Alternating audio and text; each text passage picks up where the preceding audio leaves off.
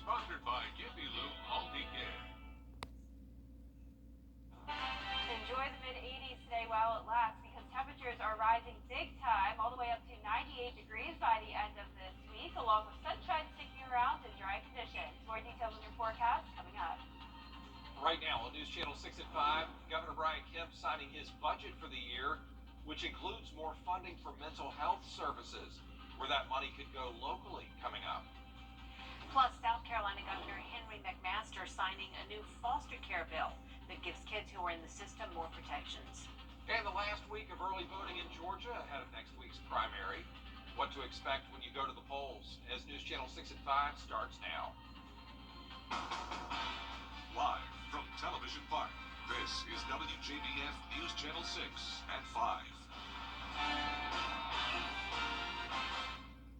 Good afternoon, everybody. I'm Brad Means. And I'm Jenny Montgomery. Thank you so much for joining us. Coverage you can count on begins with Georgia soon seeing a major increase in funding for mental health. News Channel 6's Darnisa Jefferson talked to mental health providers about how that funding could be a big help. So a lot of people have struggles, but I was diagnosed at 20.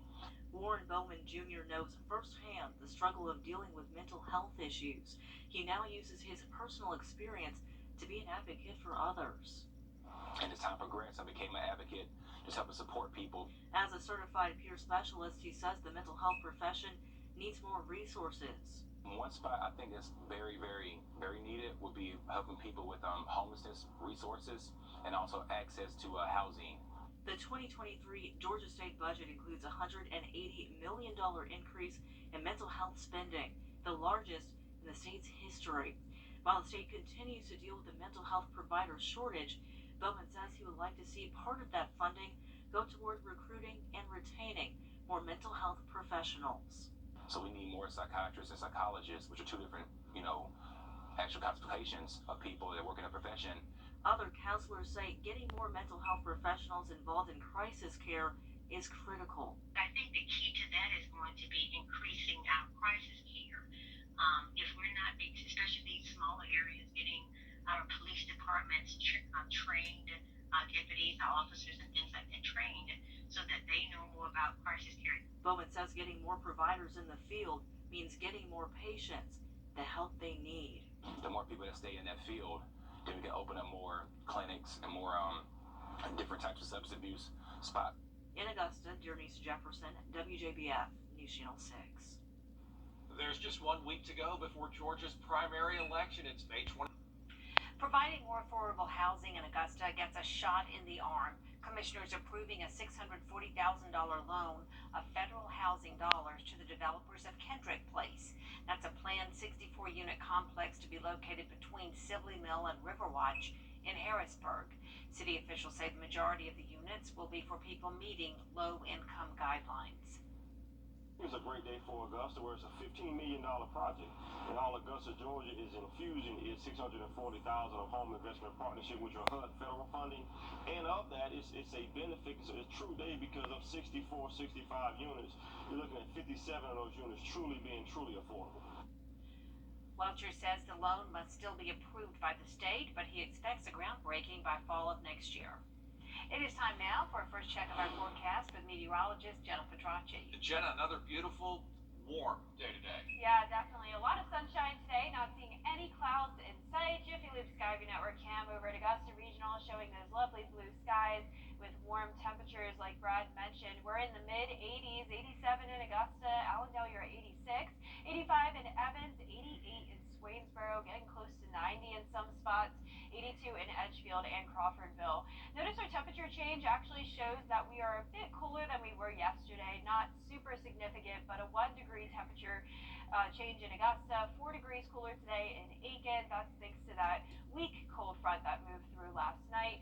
Dew points are also pretty low, which is nice, not making it feel super sticky outside. 48 degrees in Augusta, seeing a lot of upper 40s to low 50s on our map. And checking out our wind speeds, they're pretty light, 6 miles per hour in Augusta, 8 in Aiken, the entire CSRA under 10 miles per hour. And those are coming in from the north, bringing in a bit of that cooler air and clear conditions. Satellite and radar showing no clouds passing by and definitely no rain across the entire southeast.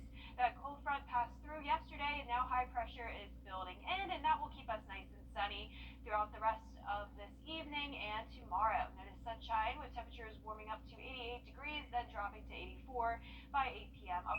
70s by the 9 o'clock hour. So enjoy these 80s while it lasts, because we will be going much hotter as we go into tomorrow, into the mid-90s. 90s stick around throughout the rest of this week. Then by the weekend, we'll have some rain, which will cool us down as we go into next week. All the details on your forecast coming up, but back to you. Jenna, thank you. A judge has temporarily delayed the execution of a Georgia man who was scheduled to die tonight. Virgil Presnell Jr. was convicted of killing an 8-year-old girl and kidnapping and raping her 10-year-old friend more than 40 years ago. A state parole board declined to halt the execution last night. Lawyers for the Federal Defender Program had filed a lawsuit last week. They say the execution date violates a written agreement with the Office of the State Attorney General that temporarily put executions on hold during the pandemic. A shooting that left one person injured is under investigation in Augusta.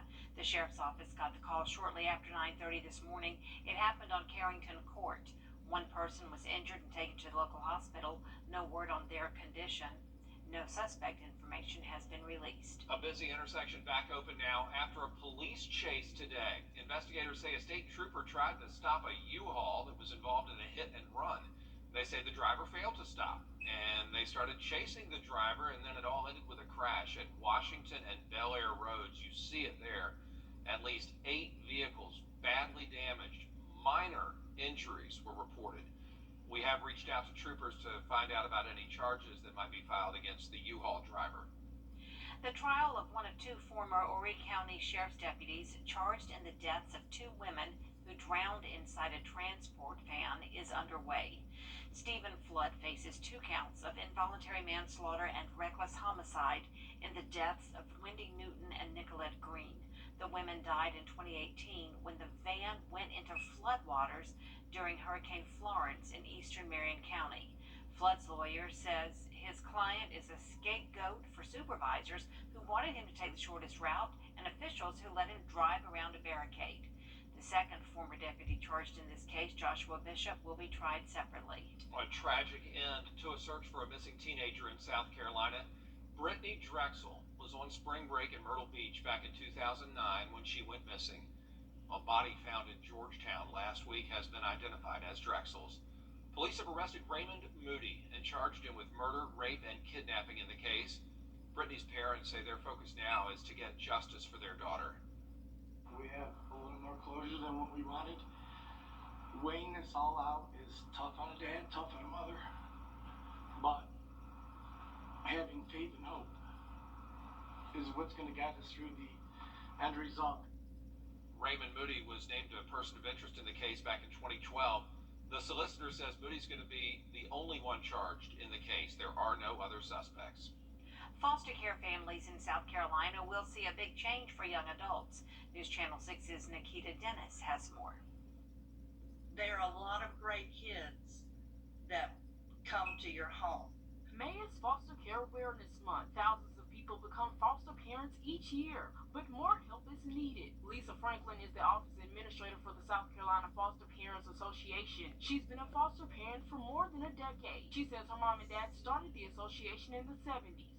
Our first placement was actually a 19-year-old. She had just turned 19, had been in foster care since she was like 8 years old, had never been adopted, and always wanted a family, wanted to go to college. Now she works as a social worker for the Department of Social Services. Mary Helen Simons at Children's Place in Aiken says their facility is continuing to provide therapy and mental health services for children and families. She says most of them have come from the foster care system and experienced trauma. It's just really important. Some families aren't able to provide the care and nurturing that some kids need. Foster care for young adults who turn 18 can also be a difficult experience. That's why South Carolina has a new law that extends voluntary foster care after their 18th birthday.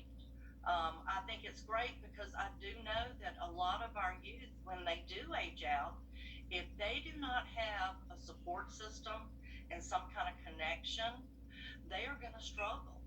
Going out on your own and launching from, sort of into adulthood at 18 is scary, even in the best of circumstances. So for these kids that are in foster care, to have extra support is just going to be really important. They also say they hope more families take the courage to foster a child in need. In Aiken, Nikita Dennis, WJBF News Channel 6. South Carolina's governor has signed the Save Women's Sports Act into law. Governor Henry McMaster made it official yesterday. The measure prevents transgender. Tonight, we could learn more about a new proposed elementary school in Richmond County. Last week, a committee passed plans to build a new K through 5th grade school. It would be built at the site of the old Rollins Elementary on Mura Drive. It still needs final approval from the full board. We could see that happen at tonight's 6 p.m. meeting.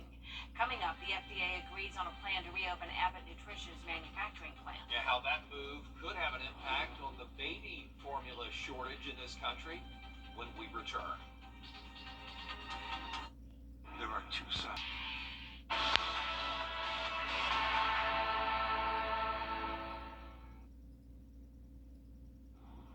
The FDA and Abbott Labs agree on a plan to reopen a baby formula plant. That plant had been shut down.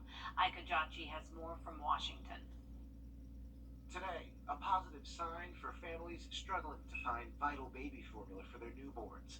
The Food and Drug Administration announcing it's moving to import brands of formula from abroad, currently not sold in the U.S. We are seeking manufacturers from around the globe who may have available product that could meet our regulatory standards for both nutrition and food safety. The U.S. usually produces 98% of the infant formula it consumes. Officials say the imported formula could potentially come from the UK, Australia, and New Zealand, nations that have safety and health inspection systems similar to the U.S.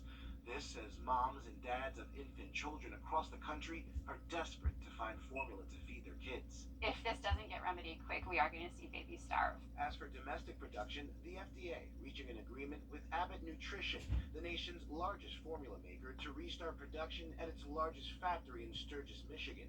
In order to reopen, the agency says the facility must retain an independent expert to review operations, create sanitation and environmental monitoring plans, and develop employee training programs. In February, the FDA shut down the Abbott plant due to alleged unsanitary conditions at the facility that was potentially linked to 2 infants dying and 2 others getting sick.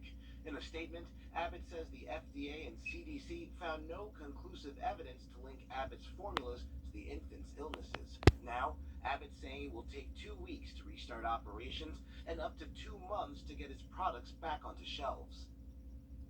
The FDA did not specify which brands it will be importing from overseas, but they're assuring the public that any product hitting store shelves would have gone through rigorous security checks. Ika Jachi, ABC News, Washington. The South Carolina Treasurer wants new parents to start saving for their children's college education. Every baby born in the state on May 29th will be eligible for a 529 privately funded grant, and it'll be $529. All part of kicking off National 529 College Savings Day. The 529 program lets families save for college for their children by offering tax advantages. So, parents of kids born on May 29th have until the end of August to open a Future Scholar account and try to get that grant. Coming up, meteorologist Jennifer Tracci is back next with your Viper 6 forecast. Plus, hospitals reporting a shortage of contrast dye used in many procedures. Why doctors say they're concerned. Next.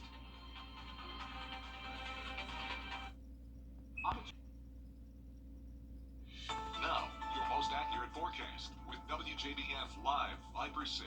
Good Tuesday evening. We're still seeing lovely blue skies. Here's our Jiffy Lube Skyview Network camp over at SRP Park. Great day for a baseball game later on. Also, if you're not going to the game, just go out to North Augusta, walk around, enjoy the lovely sunshine. 87 degrees right now is our temperature, but it's really not feeling too hot. Feels like 84, so we actually have a really low dew point and humidity only at 26%. And looking around the CSRA, we're not seeing any 90s right now. However, Wrightsville getting very close at 89, 86 in Thompson, 88 in McCormick, and 87 in Waynesboro. We will continue to see temperatures rise over the next couple hours while we still have daylight, but we will not be as hot as we were yesterday. Across the 2-state, very consistent, seeing a lot of mid-80s on our map, low 90s in southern Georgia. Now looking at our satellite and radar, you can see those lovely clear skies, not seeing any clouds passing by, and even for the 2-state view, still no clouds. High pressure is building in, and that cold front from yesterday is now out to sea, bringing in some dry air now into our area. You can see on our water vapor loop, drier conditions across the area. So that's bringing the sunshine, but unfortunately we do need some rain. We do have a dry to moderate drought throughout the majority of the CSRA and a severe drought actually just to the south of Screven and Allendale counties. So as I mentioned, a great night for some baseball. First pitch is going to be at 7:05. The Green Jackets are playing the Myrtle Beach Pelicans, and it will be very warm. Winds will be light, northeast winds of 3 miles per hour at 7 p.m., 84 degrees by 8 p.m. Sunshine sticking around, and then by 9 p.m. we'll be dropping into those upper 70s. So definitely bring your sunglasses and maybe even some sunscreen to the game tonight. But we will continue to heat up. It'll be really hot by Thursday, 98 degrees. So enjoy these cooler temperatures, you could say, while they last, because we have some big time heat headed our way. 97 on Friday. These temperatures are well above average. But then as we go into next week, we'll have a big drop off back into the low 80s. But of course, it will still be feeling pretty warm. And for those pollen levels, they're staying at medium levels, not too bad this week, and 0% chance of rain over the next few days. Then as we go into the weekend, we will be tracking another round of rain and storms, which will continue into next week as well. But in the meantime, high pressure is staying over us. As this continues to track towards the east, that'll shift our winds to southerly, bringing in the heat tomorrow. Also increasing our moisture just a little bit. We will have some clouds passing through as we go into late tomorrow and into Thursday. But for the most part, staying mostly sunny tomorrow, heating up to 94 degrees by the 4 o'clock hour, still at 91 by 7. And for tonight, we'll be seeing upper 50s to low 60s. Skies will remain clear and sunny to start off tomorrow, and very hot. All of us will be above that 90-degree mark, and for the next 10 days, 90s are sticking around all the way until the weekend.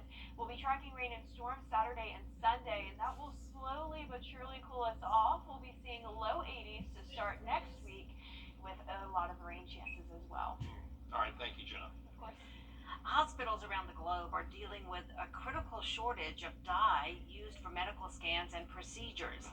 Iodinated contrast media is injected into patients so doctors can get a better look at a patient's anatomy and organs. The shortage is being blamed on a COVID shutdown at a Shanghai production plant.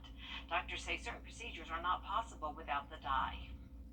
We can do a CT scan without contrast. It may not be quite as good, but we can still get valuable information.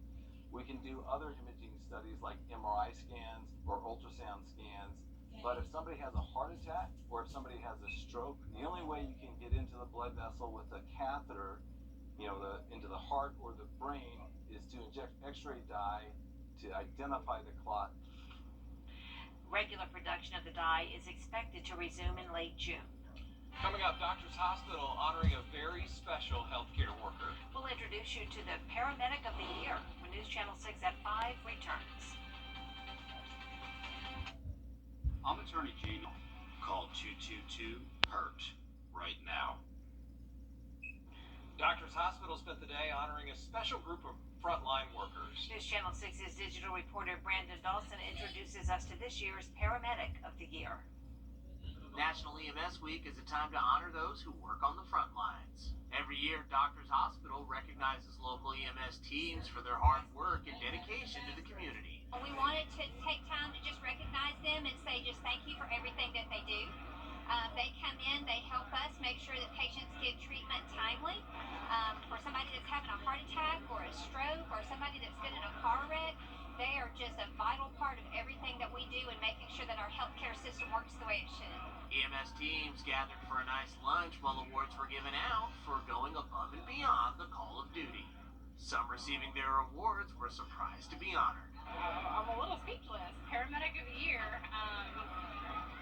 voted by my peers. I mean, that's a big honor. I love my job here. I love the people that I work with. Like I said, we have a great team of people here. We have awesome nurses and doctors, and they're what make the day easier. Working through the pandemic these past years have been difficult. That's why honoring these EMS teams are more important than ever. COVID has definitely been challenging, but the good thing about our community partners here is everybody comes together and works well, really looking out for the best interest of the patient. We have a great team here at Doctors, and that makes all the difference. Honoring EMS heroes is important, and the folks at Doctors Hospital are more than appreciative for everything they do. I just want to tell them thank you. Being in the front line like they are is a little bit different. We're in a controlled environment in the hospital, and they're not. They're the first on the scene, so in addition to looking out for the patient, they have to look out for their own safety and the safety of others that wander up on the situation or the scene. So we want to make sure and tell them thank you just because what they do is so vital important to all of our patients, and just making sure that everybody is safe. Brandon Dawson, WJBF News Channel 6. There is more coming up on News Channel 6 at 5:30. John and Dee are here now to give us a look at what's ahead. Thanks so much, Brad and Denny. Coming up at 5:30, for the first time in 50 years, the U.S. Congress is holding a hearing on UFOs. We take you there. Plus, President Biden and the First Lady in Buffalo today to meet with the families of the victims of Sunday's shooting at the grocery store there. That's next at